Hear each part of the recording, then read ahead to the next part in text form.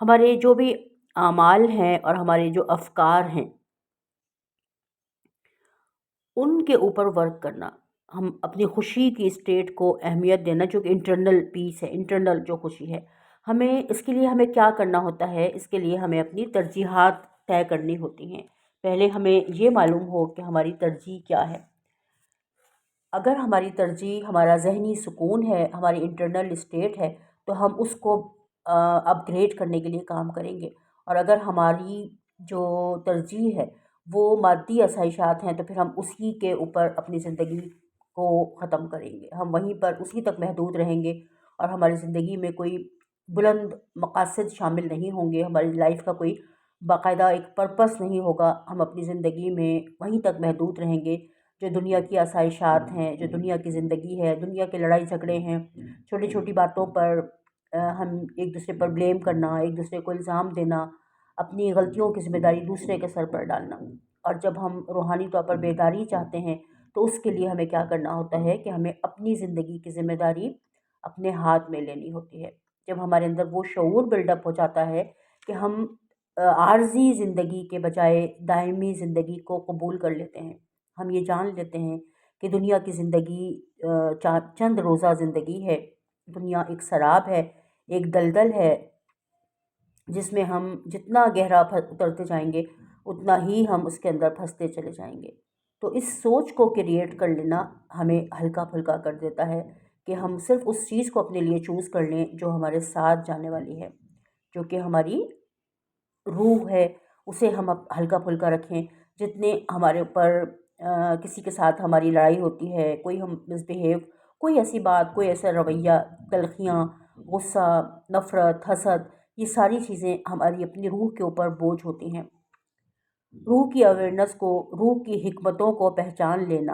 جو چیزیں ہمارے رشتے ہیں، دنیا کی جو بھی آسائشات ہیں، یہ ساری چیزیں یہیں پر رہ جائیں گی۔ تو ہمیں اب سوچنا کیا ہے، ہمیں کس چیز کے اوپر ورک کرنا ہے کہ ہماری سوچ آلودہ نہ ہو، ہر سب کو سچے دل سے معاف کر دینا۔ ہر انسان دنیا میں جو بھی موجود ہیں، لوگ ہمارے ارد گرد موجود ہوتے ہیں، ہم سے بھی غلطیاں ہوتی ہیں، ان سے بھی بہت ساری غلطیاں ہوتی ہیں۔ تو اس چیز کو اویئرنیس کے ساتھ، دھیان کے ساتھ سمجھ لینا کہ کسی سے بھی غلطی ہوتی ہے، اس کو سچے دل سے معاف کر کے آگے کی طرف اپنا ہم سفر جاری رکھیں۔ اگر ہم چھوٹی چھوٹی چیزوں میں لوگوں کے ساتھ الجھیں گے اور ان کو ہم معاف نہیں کریں گے، دل میں ان کے لیے بغض رکھیں گے، کینہ رکھیں گے، تو ہم اپنے آپ کو اپ گریڈ کرنے کے لیے کام نہیں کر سکتے، کیونکہ ہماری جو انرجیز ہیں ان میں رکاوٹ آنی شروع ہو جائے گی، وہ بلاک ہونا شروع ہو جائیں گی، اور ہم دنیا کی انہی چیزوں میں الجھے رہیں گے، اور ہم اپنے اس سفر کو کھوٹا کر دیں گے، ہم اس سفر کو بھول جائیں گے جو کہ ہمارے لیے امپورٹنٹ ہونا چاہیے، جس سے کہ ہماری روح کی ایک بالیدگی روح کے اندر پیدا ہو، روح کی ہمارے نشو نما ہو۔ اس کے لیے ضرورت اس چیز کی ہوتی ہے کہ ہم اس چیز پر کی طرف مائل ہوں، راغب ہوں، ہم اس چیز کو سمجھنے کے لیے تیار ہوں کہ ہماری روح جو ہے وہ امپورٹنٹ ہے، اور ہمیں اس کو ہلکا پھلکا رکھنا ہے۔ جتنی ہمارے اندر ہمارے ساتھ خواہشات موجود ہوں گی اتنی ہی ہماری روح کے اوپر بوجھ ہوگا۔ جتنا ہم خواہشات کے بغیر زندگی گزارتے ہیں، ہم اپنے آپ کو اپنی ضروریات کے تحت محدود کر لیتے ہیں اپنی ضروریات کو، اتنا ہی ہماری روح پاورفل ہوتی چلی جاتی ہے۔ جتنا ہم لوگوں کے ساتھ اپنے رویے بہتر رکھتے ہیں، جتنا ہم رشتوں کو بہتر انداز میں نبھانے کے قابل ہوتے ہیں، لوگوں سے شکوہ اور شکایات نہیں کرتے، اپنی ذمہ داری اپنے ہاتھ میں لیتے ہیں، بلیم گیم سے ہم باہر نکل جاتے ہیں، اتنی ہی ہماری روح آزاد ہوتی ہے، پرسکون ہوتی ہے، اور خوش ہوتی ہے، کیونکہ وہ اپنی نیچرل اسٹیٹ میں ہوتی ہے۔ جتنا ہم اس کو اس کی نیچرل اسٹیٹ، یہ ساری اویئرنیس ہماری روح کے پاس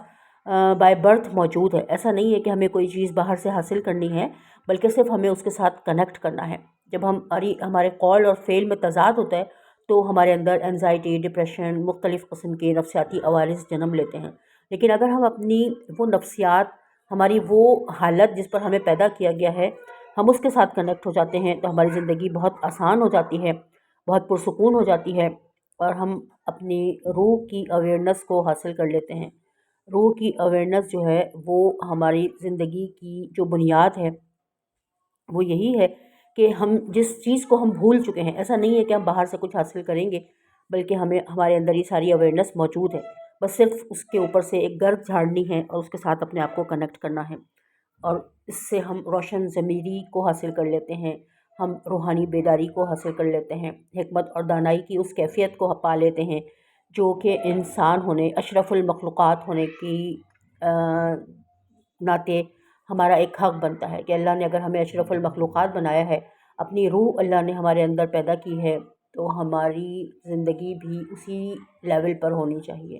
اگر ہم اپنی اویئرنیس کو، اپنی آگاہی کو، اپنے شعور، اپنے حکمت کو استعمال نہیں کرتے اور ہم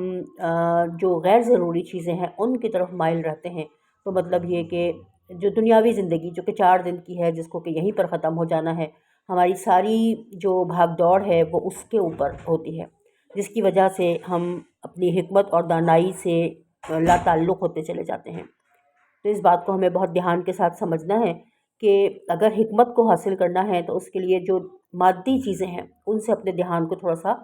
ہٹانا ہوگا، تب ہم اس شعور کی بالیدگی کو پہنچ سکیں گے، اور جیسے جیسے ہمارا شعور بلند ہوتا ہے، ہمارا وزڈم بلند ہوتا ہے، ویسے ویسے ہماری روح جو کہ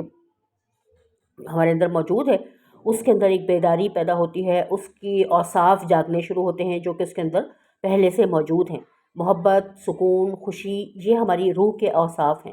اور یہ آلریڈی ہمارے پاس موجود ہیں، انہیں ہمیں کہیں باہر سے حاصل نہیں کرنا، بس صرف فرق کیا ہے کہ ہم خوشیوں کو، سکون کو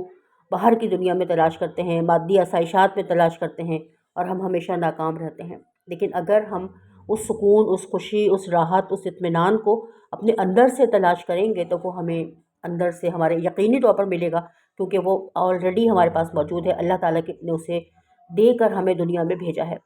تو بس نفس مطمئنہ کی اس کیفیت کو پا لینا جس کا کے بارے میں ہمیں دین نے بھی، ہمیں قرآن نے بھی ہمیں ہدایت کی ہے، بتایا ہے ہمیں یہ راستہ کہ نفس مطمئنہ کو حاصل کر لینا ہی مومنین کی معراج ہے، تو اس کو حاصل کر لینا ہی روحانی بیداری ہے، اور ہم بہت آسانی کے ساتھ ایسا کر سکتے ہیں اگر تھوڑی سی اپنی اویئرنیس میں، اپنی حکمت میں اضافہ کریں۔ صرف ایک سوچ ہمیں اس طرف راغب کر دیتی ہے کہ ہم کر کیا رہے ہیں، ہم صرف اپنا اس نظر سے جائزہ لیں کہ کیا ہم آگے بڑھنے کی کوشش کر رہے ہیں، اپنی روح پر کام کر رہے ہیں، یا ہم دنیا کے اندر ہی اٹکے ہوئے ہیں، ہماری جو ساری سوچ ہے اس کا دائرہ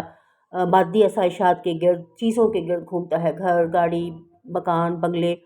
آسائشات، مادی چیزیں، کیا ہم اسی تک محدود ہیں یا ہم اپنی روح کی بیداری کے لیے بھی کچھ کام کر رہے ہیں، اپنے اندر ہم اخلاص پیدا کر رہے ہیں، اپنا تزکیہ نفس کر رہے ہیں جو کہ امپورٹنٹ ترین چیز ہے۔ جیسے جیسے ہم اپنا تزکیہ کرتے جاتے ہیں ویسے ویسے ہم روحانی بیداری سے قریب ہوتے چلے جاتے ہیں،